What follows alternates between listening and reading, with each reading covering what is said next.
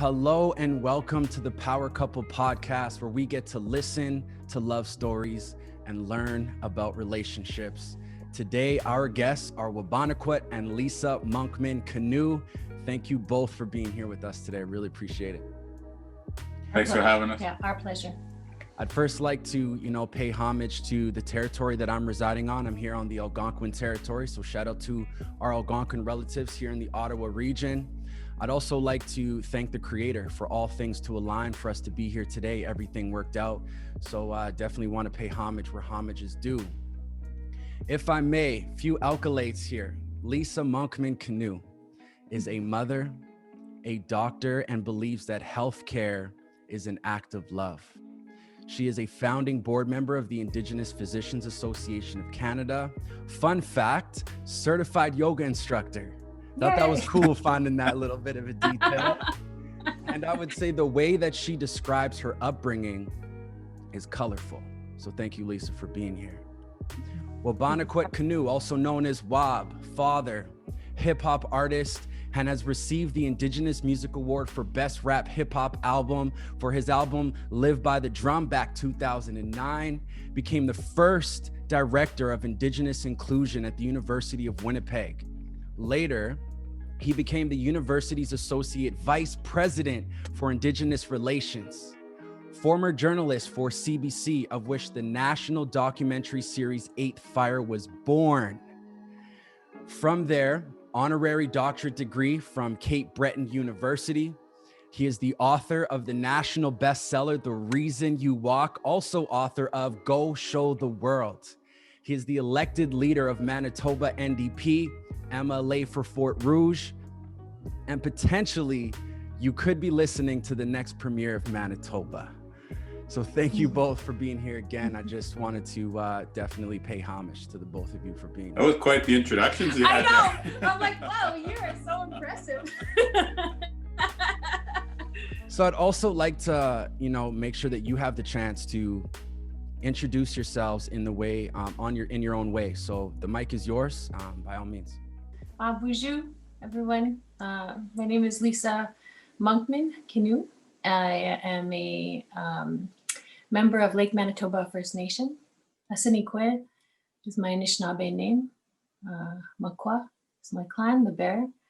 And I've been born and raised in Manitoba.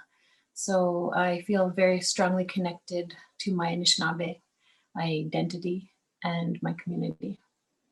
And bonjour, Wabanakwet Nigo, bonjour and Dotem. Kakagi Watasoniga Mingi Donje, Nichi by Mateo, Niskeo and the Wheel, Mishuga Dashmana and Diawag. Niswe goes suck, Bejig in a caso, Bejigo Mi Gonchigo Dashmana Tabsana Kotonski, Dashmana Ski Oskianan. So, hello everybody. I think you did a heck of a job introducing us, so I don't need to drag it out. Just want to speak a bit of Ojibwe, as we're always taught to do. But thank you so much for having us and being such a gracious host. Appreciate it. So for fun, I'm curious, what is some of your current favorite songs or artists that you're listening to lately? I'm just curious to know what kind of vibes you're on. Ooh, favorite songs. I love Lizzo. She's one, and Beyonce, but I mean, who doesn't? You know what I mean? Awesome. Yeah, we also spend a lot of time listening to festive holiday music right now. A lot of holiday music. Yeah, it's one of our favorite seasons, and a lot of powwow YouTube videos. So that's basically our musical repertoire at the moment. Cool.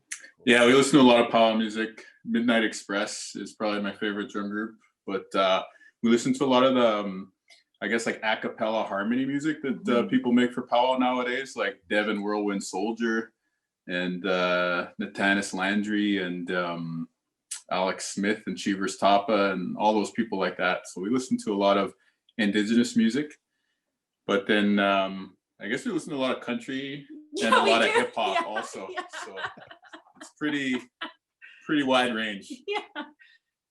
So before we dive too deep into some of these questions, I wanted to take a second and just check in. How are you both doing through these COVID times? Well, I mean, it's certainly a challenging time for everybody. And I think that, like most people out there, many families, we have our ups and downs. Um, Being in social isolation is not a natural way to exist. And thankfully, we've got a really loving home and like a full household, you know. Kids always keep us extremely, extremely busy. And, you know, Wob, for those of you who don't know him, he's a total family man.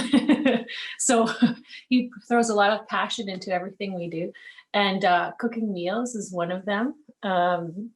Setting up the ice rink in the backyard is another one. The Christmas lights and are just a few of the projects we've got on the go.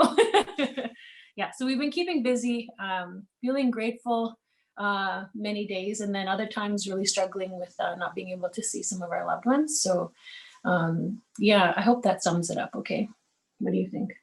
Well, while we're recording this, where we live, Manitoba, we're on the second lockdown right now. Mm-hmm. So we are pretty much in that we only keep to ourselves right now sort of situation. Because as we speak, the city we live in, the province we live, Winnipeg, Manitoba, is the COVID hotspot in Canada right now. So we're definitely doing what we can to stay safe, and Lisa definitely has to, because she's on the front lines of healthcare as a doctor, right? So we can't afford to have her get sick, because that would impact all her patients. But the other thing I would just add to what Lisa said is that we also have a multi-generational household. So my mom moved in with us during the first lockdown, like way at the start of the pandemic. Well, when the pandemic first arrived here in March. So, you know, for the past 8-9 months at the time of this recording, we've been living with 3 generations in one household. So that helps, because our household bubble, you know, is a bit bigger maybe than might otherwise have been the case. So, but it also means that the house is really busy and there's always stuff going on. And, you know, everyone's got schoolwork and work and, you know, trying to watch a football game at the same time. So it's good times. Yeah. Fascinating. I love to actually just elaborate a little bit on the multi-generational household. I honestly feel that that's not as common as you may see on the front of your mind or when you're navigating society. So was that an intentional thing? Is that something that you were just born and part of your upbringing that, you know, is part of your lives today? Like, why was a multi-generational home important for you both? So I think growing up, we both grew up in multi-generational homes with lots of extended family, really close by. And for us, like my mother-in-law is the best. Like before the lockdown, I've been trying to convince her to live here full time. But yeah, so I think it's just a natural fit. You know, we talk about it often too. And you know, my mom raised us with the teaching that our children keep us connected to Creator, and Bob's mom, my mother-in-law, often says, you know, grandparents and grandchildren belong together. You know, so it feels very much like a meaningful and natural fit, I think. Yeah, I'm just so grateful for her. And it's a lot easier to manage a childcare situation, not just with grandma, but also with the older sons. Like we also have a couple teenagers here too. And with a young baby, he's 2.5 years old now. Just if Lisa or myself can't watch, and then my mom is around to help pick up the slack, and then even if she's not able to do something, then, you know, one of the other boys can step up and do it. So it's really kind of a team approach, which is cool. When you think back to like the traditional family or community life, it was more like that. Like in Ojibwe, we say Ingo Tote for the family, and then our Dakota relatives say Tioshpaye, Tioshpaye for the family, but not like the immediate family, like the extended family of aunts and uncles and grandparents and cousins and that. So we're pretty lucky that, you know, every year we typically go to a Sundance and live as a Tioshpaye. We live as a family together around a fire and around a teepee. And I guess we just try and carry that through the rest of the year also. you know, in living with a broader definition of family. But I think Lisa's right that it just kind of, that is how we do it. And it just happened organically.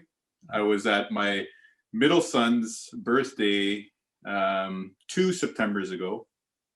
And one of the other parents there said like, hey, I know that you're really close to your mom. And I never thought like, oh yeah, I'm really close to my mom. But then I thought about it. I was like, okay, yeah, from compared to like a non-Indigenous family, you know, the way we are with the amount of time we spend with the different generations, yeah, maybe it does look a little different from the norm. But I think it's the way it's supposed to be for us, and it works out pretty well. I appreciate that. I wanted to, you know, allow an opportunity to elaborate, because I definitely think it's important to hear from leaders in the community, such as yourselves, talk about that. But for myself, like, that's something that I actually hope for. You know, I've grown up in a society where, you know, it's cool to live on your own, and that's the way that it's got to be. But the more I dive into the culture, the more I dive into, you know, the significance of my family and that relationship, the more I'm open to that. And I wish my dad was around, because my dad's cooking by far is the best cooking I've ever had. So I just think that those elements, right, are really amazing to have around. And I think when you have young people, children in that family, to have those close ties with you know, the different family members, I think is so important for their growth. So I just wanted to take a moment to emphasize that. So I appreciate you sharing. Lisa, you are a doctor, and I think I could confidently say that you are living out your passion. Why did you choose the path to become a doctor, or did a doctor choose you? Oh, I definitely chose it. It just didn't happen. I fought for it. I committed to it, and I had a very like singular goal in mind from a really young age, actually, like since I was in, I don't know, elementary school, maybe. I did consider other career options, but I felt like medicine was just the perfect union between health, wellness, helping people, science. And it was also challenging enough that it excited me, because I wasn't certain that I could even, you know, achieve a career in medicine and do so in a successful and meaningful way. So it was a bit of a leap of faith. It's not something that you can get or do without, you know, fully committing. You know, sometimes it felt like putting all my eggs in one basket. But yeah, it was a 10-year journey once I was done high school, I suppose. But yeah, I'm really happy where I am right now, and I'm so fortunate and feel grateful to be able to do the type of work that I do. It was worth the 10-year journey. Yeah. Definitely. I think that's encouraging to share, so that other young people, you know, that 10 years may seem daunting at first, but I think the journey is also just as significant. And when you get to that other side, you get to live your passion, you get to live that dream that you really wanted to manifest.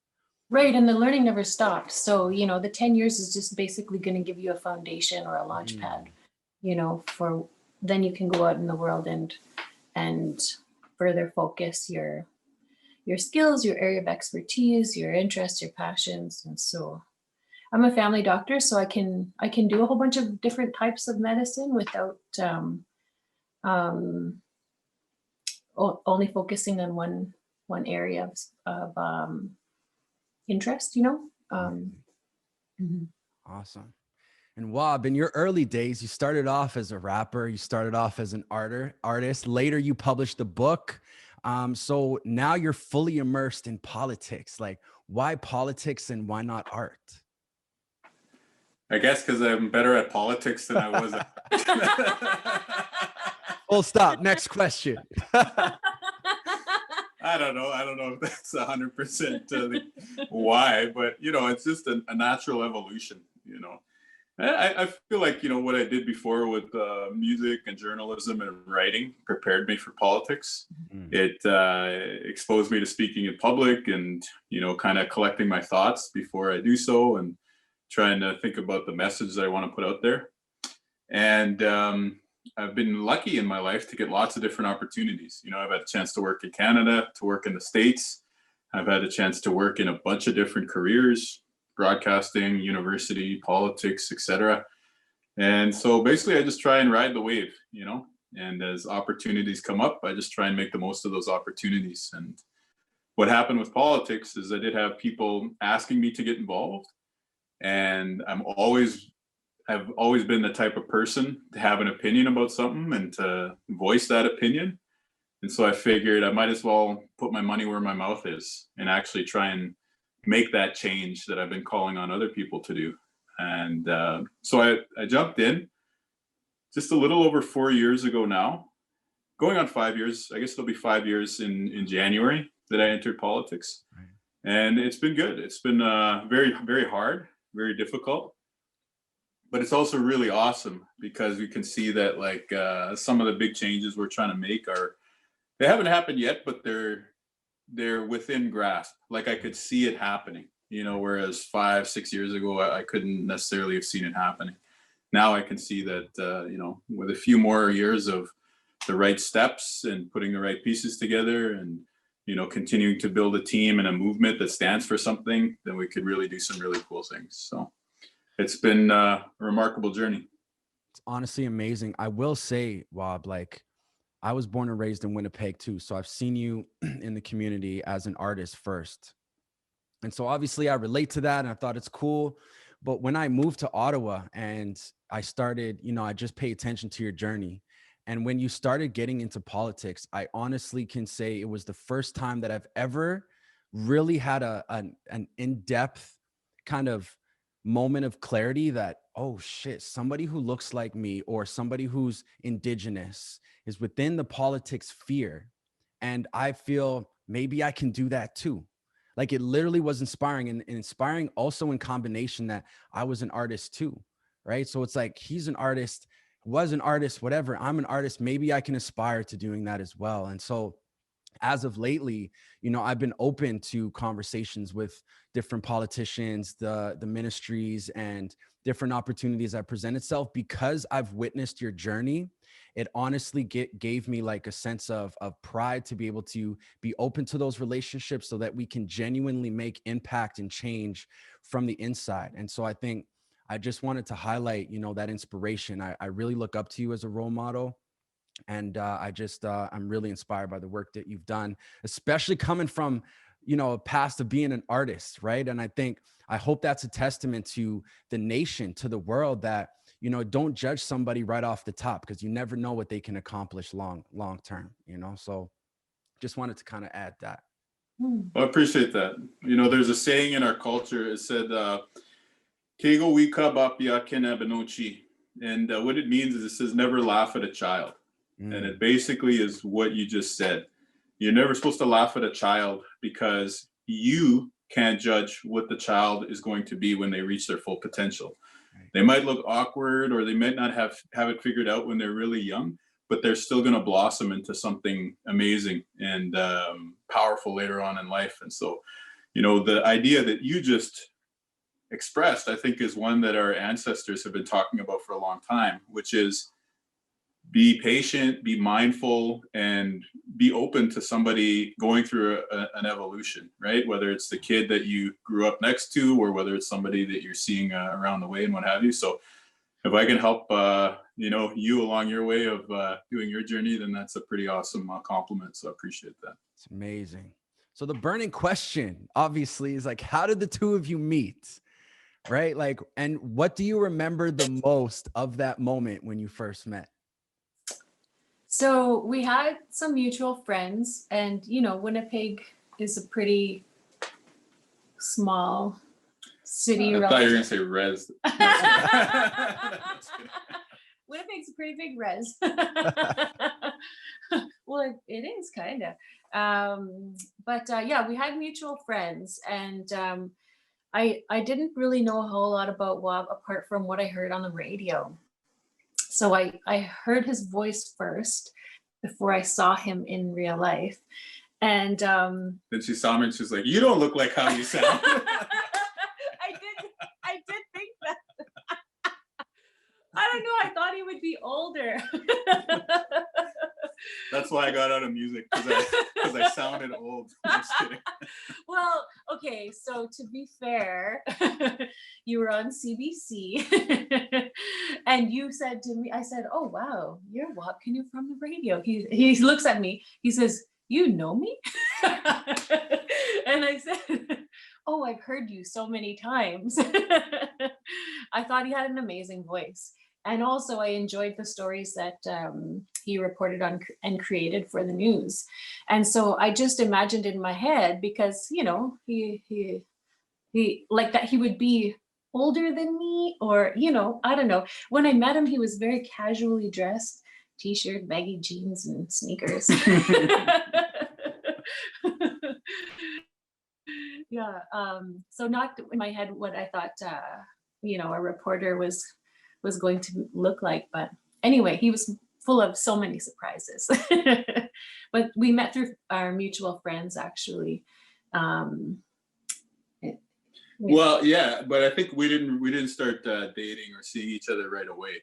We met and we started talking. But then I can't remember exactly what precipitated this, but she called me one time and she invited me to breakfast. And so we go and we went to this place called Stella's, which is a restaurant in Winnipeg. And she had like this self-help program that she was involved with called Returning to Spirit, and she wanted me to participate. And I was thinking, like, wow, this sounds like Scientology, what she's telling me about.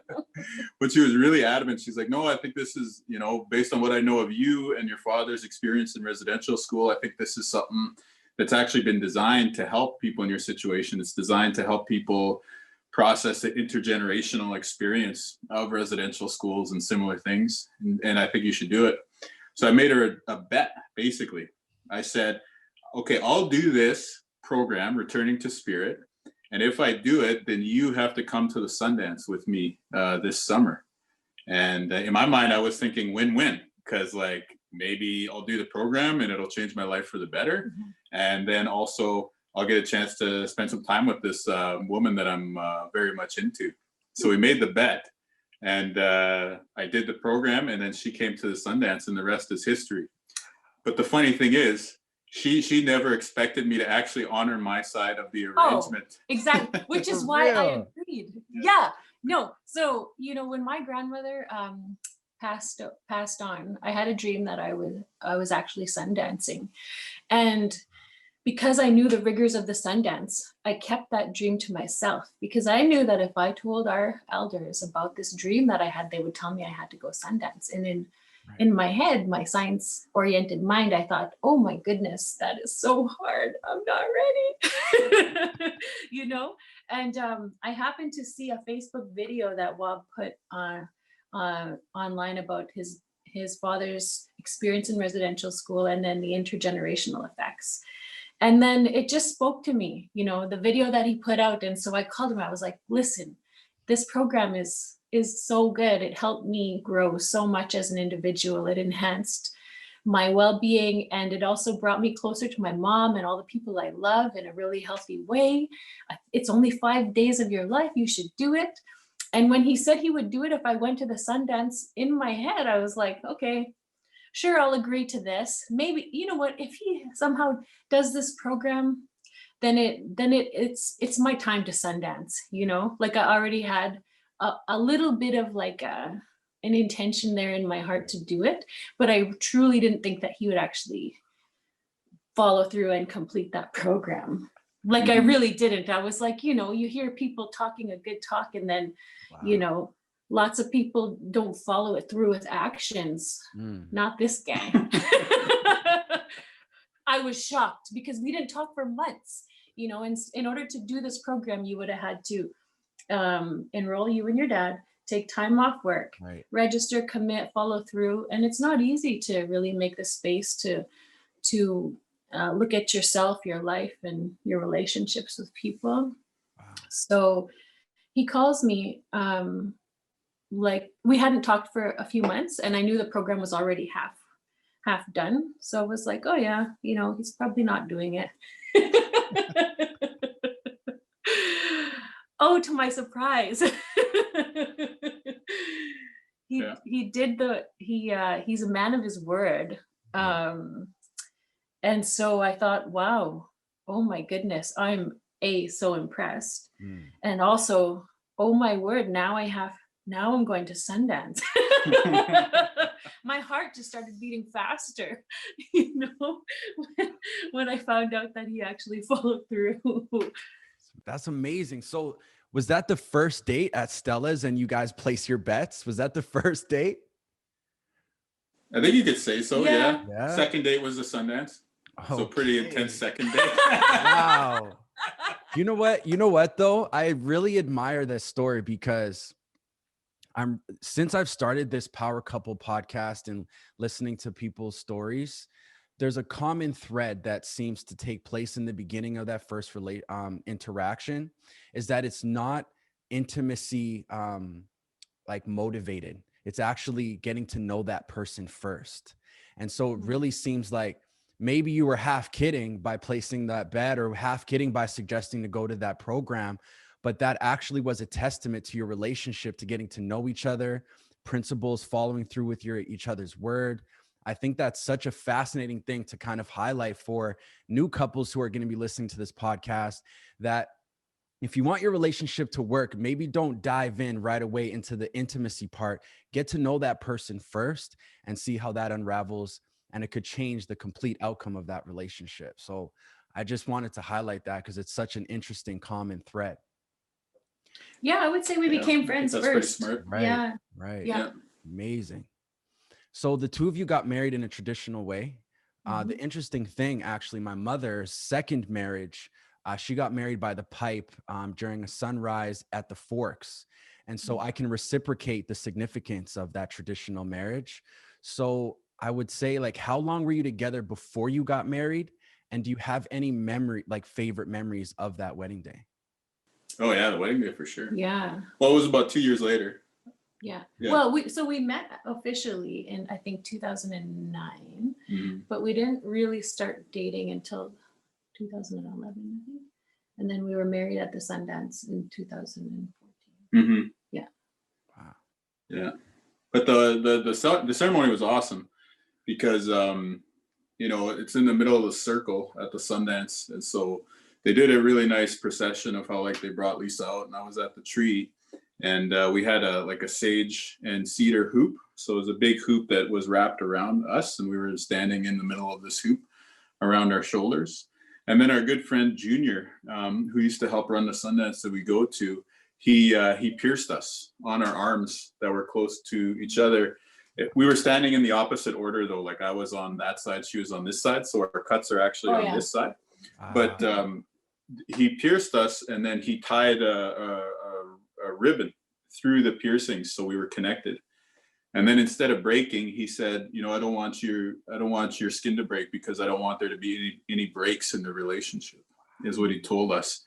And so we pierced and we shed blood, and we prayed together that way, the way that we like to pray at the Sundance, with that way of life. And it was very sacred, very holy, and it was a really, really beautiful, hot, sunny day, and very memorable.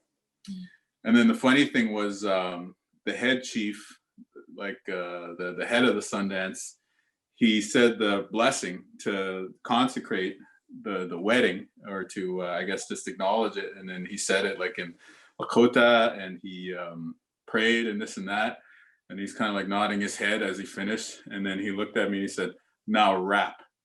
And we're like, "What?" He's like, "Rap."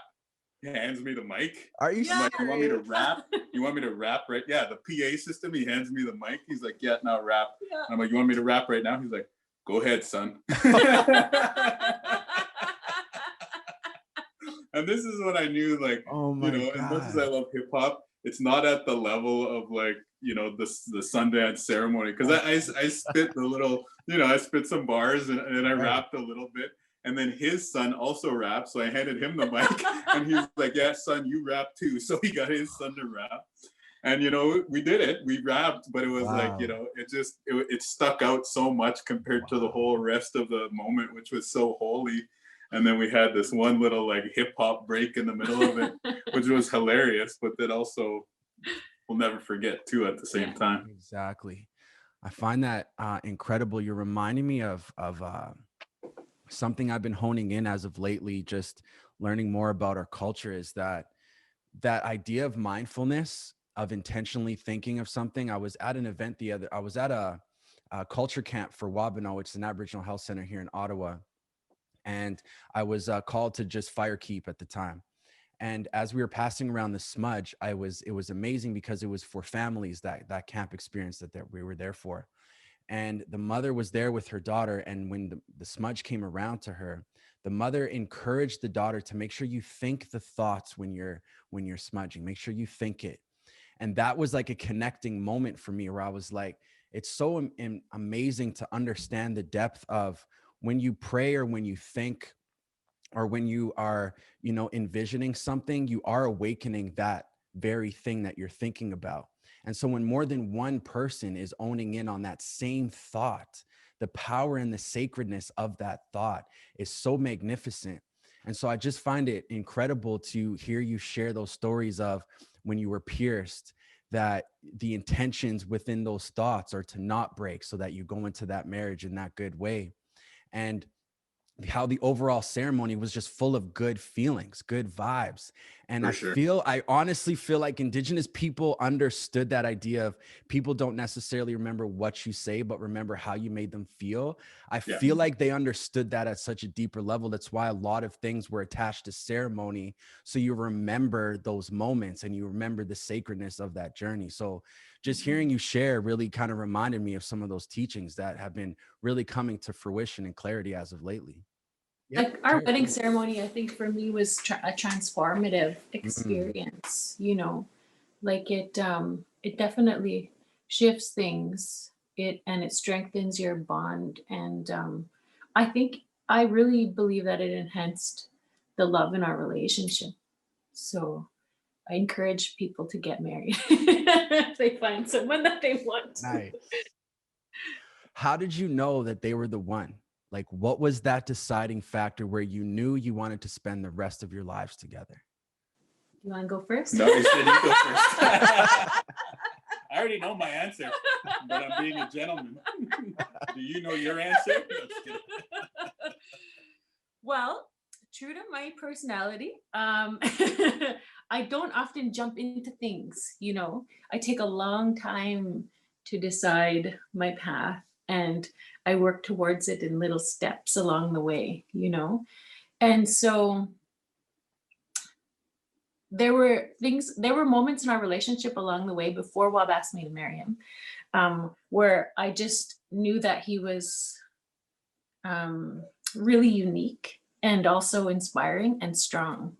I'm getting emotional thinking about it, but I'd say for me, probably the moment I knew he was the one was when he got down on one knee and asked me to marry him. Like there were all kinds of things that I loved and admired about him before that, but I had no idea that he was going to ask me to marry him. And like it caught me by surprise, but in the most beautiful way. We were actually at the Sundance. It was a year before we got married. Wow. Yeah, 1 year before we got married. And, he got down on one knee in front of our family and our friends. They were all surrounding us, standing in a circle. And he said to me with the pipe, he gifted me a pipe, and he said, Lisa, you're the most beautiful woman I know. And I want to spend the rest of my life with you. And if we're going to do this, we should do it before the eyes of God and before the eyes of everyone that we love. Will you marry me? And I was just blown away. Like, not only was it in ceremony and meaningful and spiritual, but it was also so romantic. It really was. Yeah, those are the moments I'll remember forever. Wow. I was gonna say the same story actually. So we were at the Sundance, and I went to talked to my buddy, Junebug is his nickname. He's actually the same guy whose dad made us rap together at our wedding the following year. So it's my good friend that we've known since childhood. And I was talking to him about it. And I said, like, and he's married. He's been married at the Sundance in a traditional fashion too. And I said, well, I think I'm going to ask Lisa to marry me. So what do you think about that? And what he told me is he said, if you're going to get married here with the pipe, with the Sundance, make 10,000% sure. Make sure you're 10,000% sure. Because he was explaining to me, he's like, we have a traditional wedding, but we don't have a traditional divorce. Oh, and if you're making an oath in front of the tree, if you're making an oath on the pipe, you can't break that. That's unbreakable. That's your word for the rest of your life, and everything that you've put into this way of life over the years, that's what you're investing into that wedding ceremony if you want to do it.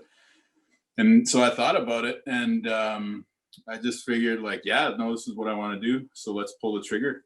And so pull the trigger. Yeah, get her done. He's an artist, you know? Very rapper, romantic, right? But let's do this. Yeah, super romantic talk here. It's in my new book of romance, What Not to Say by Kinew. So anyway, I guess that day, which was a day of the Sundance, I knew she didn't have a pipe. She needed a pipe. So I got the pipe together and, got ready, put with tobacco and that. And then, yeah, during one part of the Sundance ceremony, I just went and I told our family, her parents and brothers and that, and then my mom and dad and all of those folks, or I guess my dad had already passed away, but my side of the family, my kids and that, and I just got them to stand in a circle, and I just walked into the middle of the circle, and I got down on one knee and said what Lisa said, and offered her the pipe. And the reason why I wanted to do it like that is just the way I want to live my life, the way I want us to live our life together is, I want us always to hold our head high. I want us to always do things right out in the open, do it right in the light where everyone can see it and witness it. And then that way it's just like returning to what my buddy said, Junebug had said, 10,000% sure. Everyone's going to see that I proposed to her. Everyone's going to know that I have my heart on my sleeve. And then that way, I'll always be accountable. If I ever do her wrong, or if I don't live up to the oath that I said, if I somehow fail, everyone's going to be able to trace it back to that moment and understand that that isn't what I committed to do, and that isn't what I gave my word for. So that's why I wanted to do it that way. And yeah, it was really good. So we did that on that day, and then we spent the next year doing the preparations, like getting the giveaway together was mainly the biggest preparation. And then we came back a year later and we did the traditional wedding. Wow. Was there specific qualities that you saw in each other that was like, yes, I can spend the rest of my lives with somebody like that? Or is there specific identifying factors, or is it just based on a genuine growth of the two of you building that relationship together that helps you decide that? For me, I think it was, he already had a lot to offer.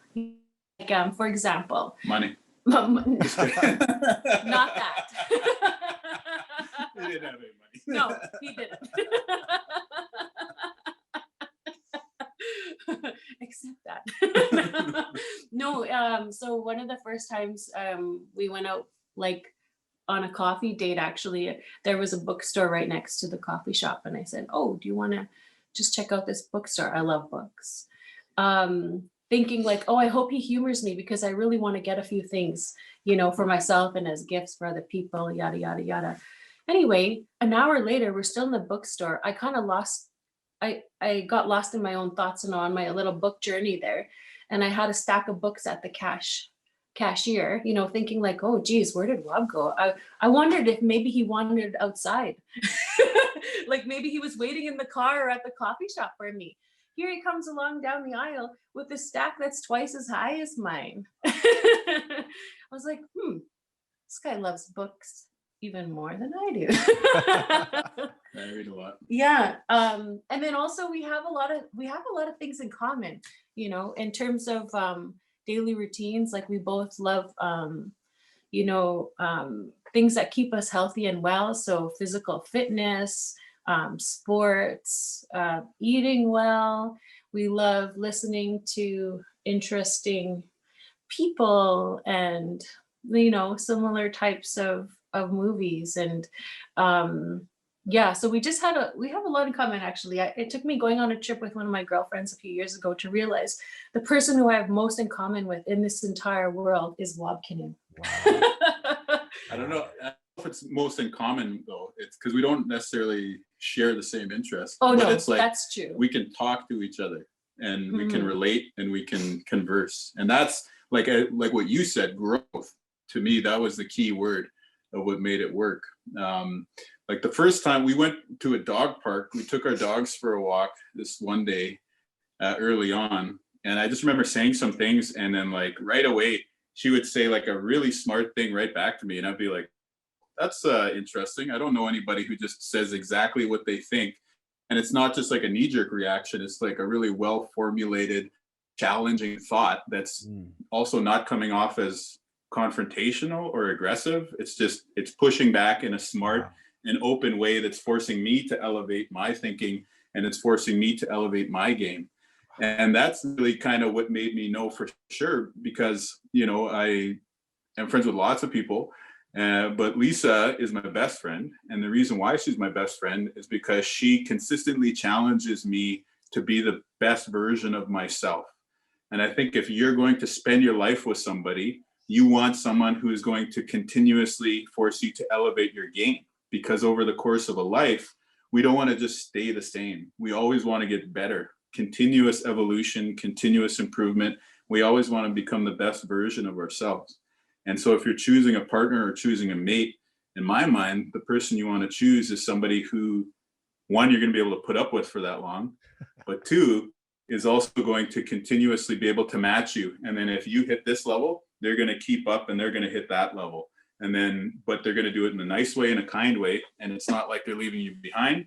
It's like they're giving you a hand up, and continuously you can go through life just improving each other. And so if we could relate this to what I maybe understand is the purpose of your podcast, if I was to talk to a person out there about what they would want in a relationship, that is what I would encourage you to have. You know, I was at the gym one time and I was listening to one of my, he's a buddy, you know, we get along really well. And he was talking about his girlfriend. He's like, I really like her because she cooks for me and she cleans for me and she does this for me and she does that for me. And I just felt like, knowing my relationship with Lisa, I almost felt bad for him.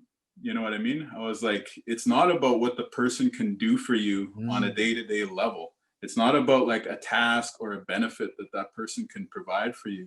It should be, can you see not just the beauty in them, but can you see yourself evolving and in time growing into something better than you are right now? And to me, like that's what I want young people in our community and in every community to aim for with a healthy relationship, is to find somebody who is going to not just call them out on what they're doing wrong in a negative way, but to do it with love and kindness so that they themselves can blossom and flourish and improve, because that's what I think everyone deserves. Everyone deserves to be able to reach their full potential. But then when we also look at the social situation in our communities, I think we could all benefit from having people being able to feel really solid at home and know that their home front, their home fire is always going to be there to have their back and to help them get through life and to maybe just, you know, get a little bit better each time out, each day. Honestly, Wob, I totally appreciate you sharing that and emphasizing, you know, the intentions of the podcast. And Lisa, I appreciate what you also shared, because this is literally the inspiration behind this podcast, is that for me, my parents split when I was about 16, 17. So that put me on a journey where, you know, I put myself in harm's way intentionally just because of how upset I was and trying to find myself again. But as I mature and I become the man I am today, you know, I want to make sure that that person I do spend the rest of my life with, that I create a relationship and it's a healthy relationship. And so on that journey, I really wanted to hear from other couples, what does a healthy relationship look like? And I feel there's a gap there in communities sometimes. Is like you don't have easy access to where can I learn about this when it comes to a healthy relationship. So I really appreciate you both sharing those things. And it means a lot that you both are here contributing to this podcast. It means a lot. So thank you both for sharing that. And Well, if I could just yeah, jump off on that, Sure. just because this comes to mind, like it was no accident that I gave a pipe to her in terms of the symbolic gesture. I did give her a ring eventually, but that was later on. But when I actually asked her to marry me, I gave her a pipe. And the reason why it relates to what you were just saying there is, the pipe we're taught, it's two distinct elements. It's the bowl and it's the stem. One is feminine and one is masculine. And, at the beginning, they're two separate entities. So you have the pipe bowl and you have the pipe stem, which stand on their own as an individual thing. But when you put them together, they form something new. And it's something that was more powerful than what was there before. And so that's why when we pray with the pipe, it's our connection to the spirit world, because it's this really powerful unity of a duality being brought into one, right? A unity formed out of a duality. And to me, that's why I wanted to give the pipe, because it symbolizes what I want our relationship to be, our wedding to be, which is like we enter into the wedding ceremony, the marriage ceremony, as two individuals, right? But when we come through the wedding ceremony, we're combining into one thing, and it's more powerful than what was there before. And I can legitimately say that for sure, the person that I am today, several years into this relationship, is much improved, is way more, strong and in control and mindful of where I want to head in my life. And hopefully Lisa could say in some ways too that maybe she's been echo that 100%. Yeah. Yes, for sure. Awesome. And so obviously it's not always smooth coasting. I mean, there's highs and lows and ups and downs. So how do you manage disagreements is the question. We don't often have a lot of disagreements. You know what I mean? We have differences of opinion. So we just argue.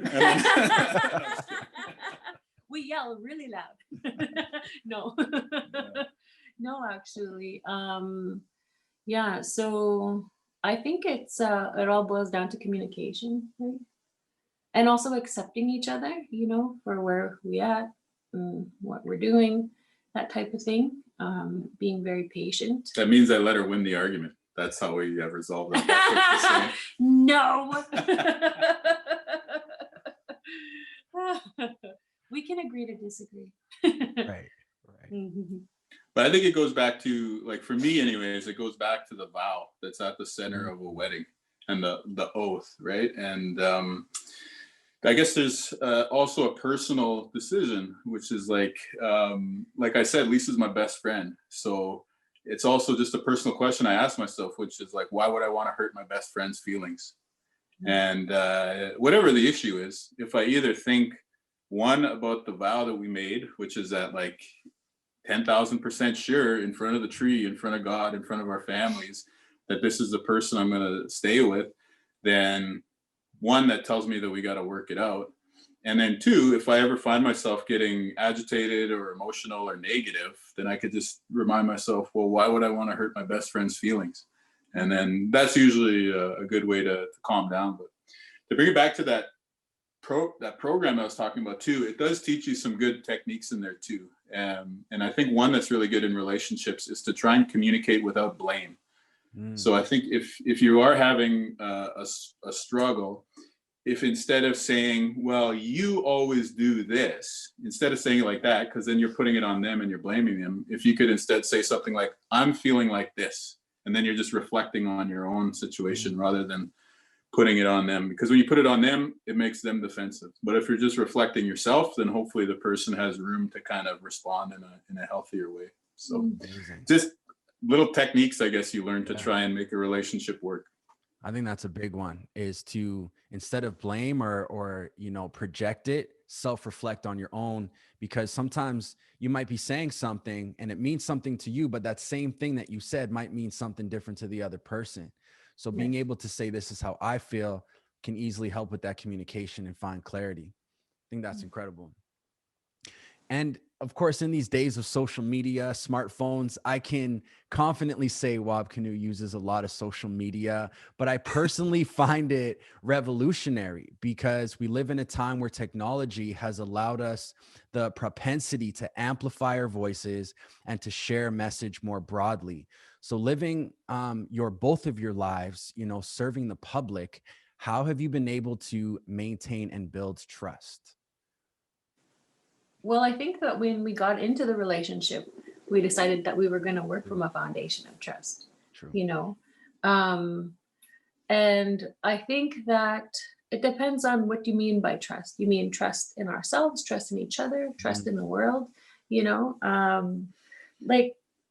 some of our teachings help with that as well. If you're always approaching, each other from a place of humility and honesty and integrity, then it's easy.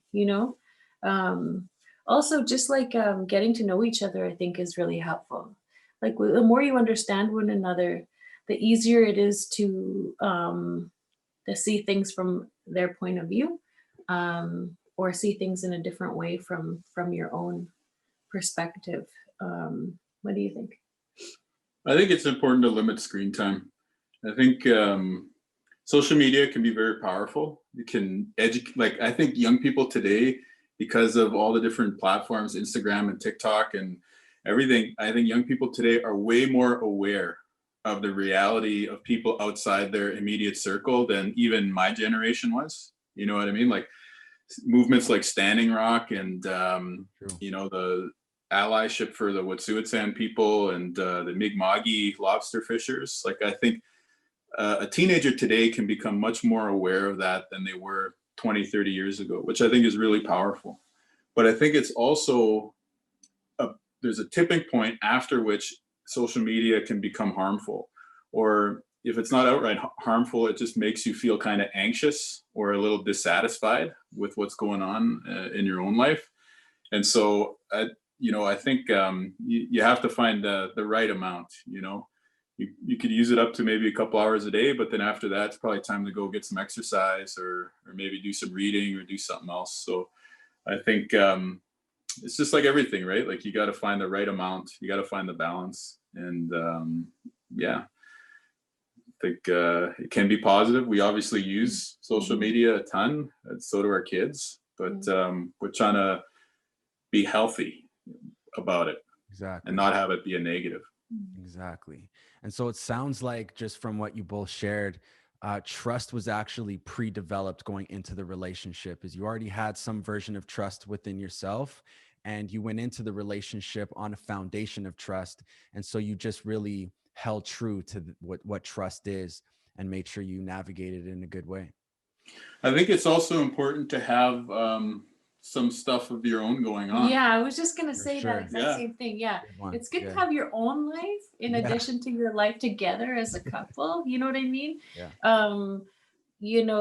Like I used to live and work in Dauphin when we first started dating. So we did the long distance thing for a long time. And then when I moved to Winnipeg, I had to re-find my place again in the world. And that was really tough because Wab was already very established in his career, and it would have been very easy for his life to just like swallow up mine, if I didn't like get my own stuff together and start doing my own thing, so it's important to be strong as an individual in order to feel like you have a good balance in the relationship itself. So yeah, working is something that gives me a lot of strength and meaning as an individual, as a physician, and also it leaves me in a place where I feel like I have something unique to offer, you know what I mean? The relationship, the household, the family. And I totally agree with you about that. Nice. Yeah, because if you have your own thing going on, then you're going to have a certain amount of confidence that comes with that, and you're not going to be insecure and worried about the other person or distrustful of the other person. Plus, like, you need to, whether it's just going to work or whether it's going to the gym and talking to your gym friends or whatever it is. My friends have been playing video poker during the lockdown, so whether it's even just playing video poker sometimes, I think that you also just need something to talk about, right? Like, you can't just go do the same thing together all the time and be like, hey, remember that thing we just did together? Wasn't that cool? You also need to go and do some individual activities. So when you sit down at dinner or, you're going for a car ride, that you can be like, hey, you know what happened to me today? Right. And so it just, it broadens things out a little bit too, from a conversational perspective. Yeah. Perfect. And so from the perspective of your traditional teachings, which ones are the most important to you and how do you integrate them into the relationship? Well, I think they're all important. But specifically when it comes to like marriage, the teaching of love, you can't really be fully and truthfully loving without, equal parts courage and humility,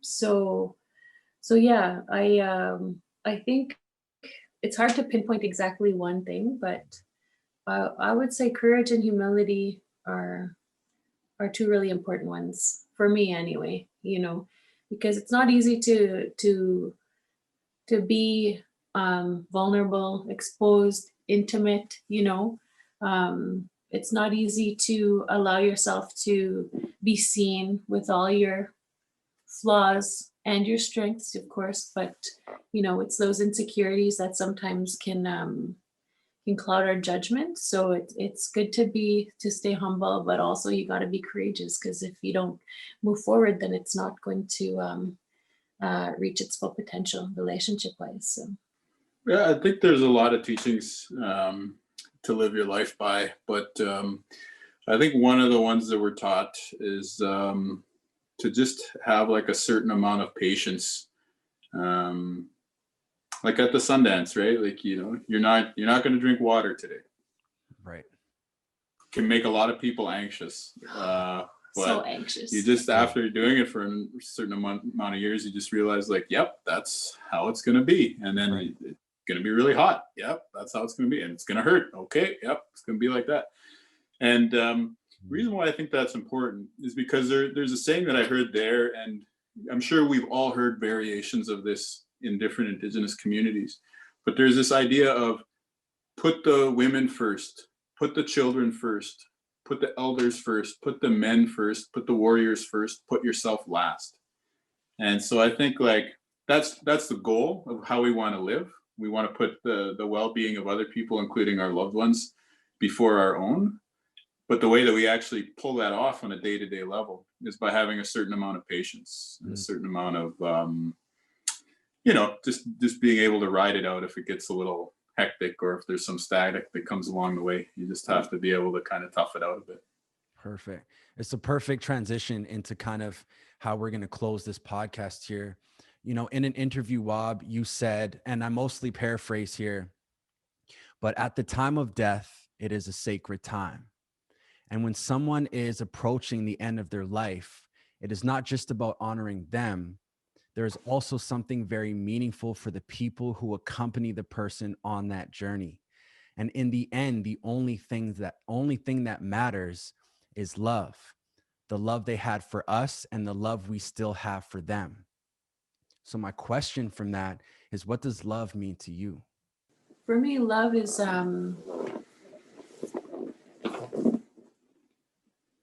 the way we're meant to live and be close to Creator, and it manifests in many different ways. But it's the way we can live our best and fullest life is with foundation of love, and it's something that certainly has been shown to me time and time again, in many different ways in ceremony, but also, through the love that I feel for my parents and the grandparents and the ancestors that passed on before.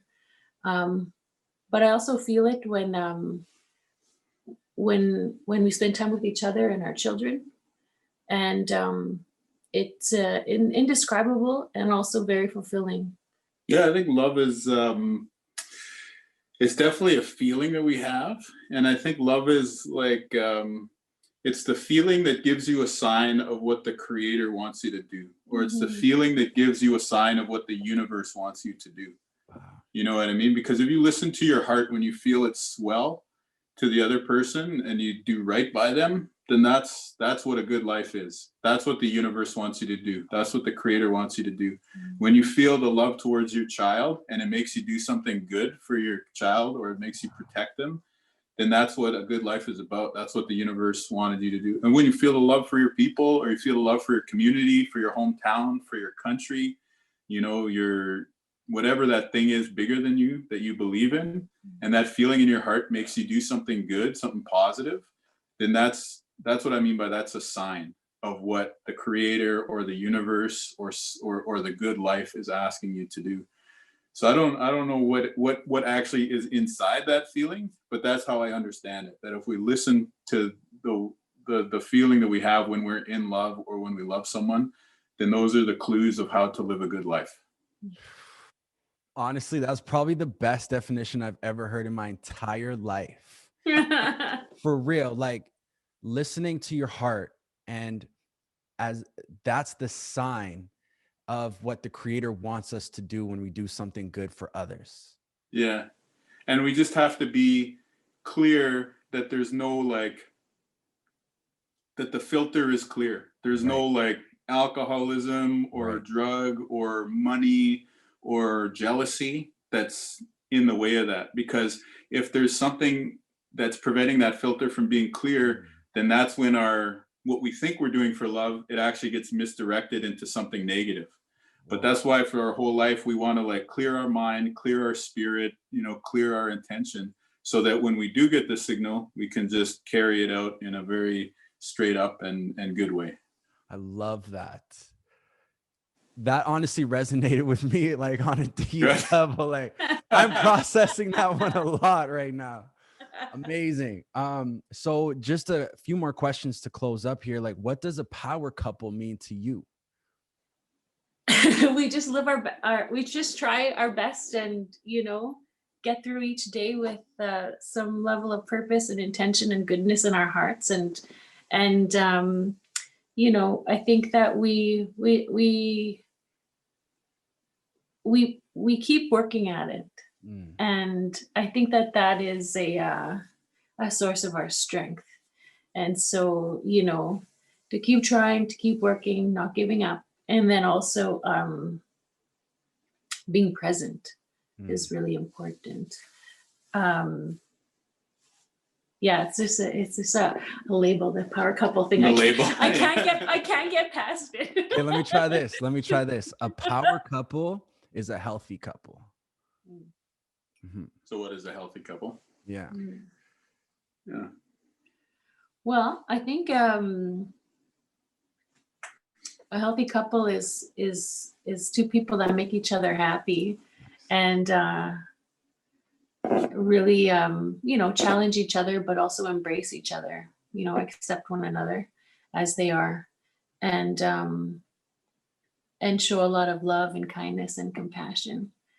You know, they say that when you're in a good relationship, you know, it eases the heartache and pain, and it like amplifies what the goodness when the good times do happen. And so yeah, I would agree with that wholeheartedly. You know, it's a beautiful thing to be married to Wab and be one half of this partnership. I think it's taught me a lot about myself, and also about, you know, the sanctity of marriage, how sacred that is, and how whatever is in our household, in between us and our relationship, you know, manifests out in the world somehow. And so it's important that if we're going to do good things out there, we have to start with good things in here, you know. Nice. Yeah, I think a healthy couple's, somebody that you feel good to be with and they make you feel good and it's healthy and it's positive. I think positivity is the main thing. Um, there's no reason to be in a relationship where you feel lonely. There's no reason to be in a relationship where the other person makes you feel bad about yourself. And also, like, even if the person makes you feel good, but there's like that little voice inside your head that's telling you, you know what, this person's bigging me up, but I know that I'm not doing right. Even that's a warning sign. So I think a good relationship is one where you know you're doing your best and you're doing positive, and then the other person makes you feel good about that too. So it's just about positivity. Lots of laughter. And yeah, it's good to be able to crack some jokes. So what are your plans for the future, both individually and as a couple? Well, we're a little bit in take it one day at a time mode right now, given the COVID-19 pandemic. So it's hard to anticipate what the future is going to look like. Personally, our toddler and our older boys keep us very busy. And so they are really the focus of our lives at the moment. So yeah, just helping nurture them, help them get through all the next phases of their education and all the other interests that they've got on the go. And then, work-wise, I spend a good chunk of time in Broken Head First Nation right now. I'd like to spend more time doing addictions medicine, and then maybe some hospital care in that way, and potentially even pursue, a degree in public health. And then, as a couple, we're really homebodies right now. Nothing else to do. You can't travel anywhere. Can't travel anywhere. We used to, we love dancing. We love socializing. We love traveling. Like all these things. We still do a good deal of dancing and singing at home, nice. But it's a little bit different from being at a powwow or at a social event of some sort. But yeah. Yeah, you don't want to see us at the first big party after the lockdown. You won't be able to get us off the mic. We'll be the annoying people. One more song, by the way. No, I think that sounds about right. Like, I would like our kids to be able to reach their full potential. Like, I'd like them to get educated and then to start their own businesses or pursue their own career. Amazing. While still maintaining a close relationship with us as a family. Not that, I'm going to be driving my sons to, university every day or anything like that, but I still would like to have a friendship with them and to still, hang out with them while they're getting started in life. And then we could hopefully impart the knowledge that we've picked up around here's how you can build your career, here's how you can build wealth, here's how you can give back to the community, here's how you can learn to navigate challenging situations and professional relationships and some of the ups and downs that come with that. So yeah, I think it's really cool, the point that we're at, because we're kind of like, we're right in between, right? Like, we're still living our life, but then like our kids are getting to be the age where they're starting to live their life too. Amazing. Okay, so now Wob, rap.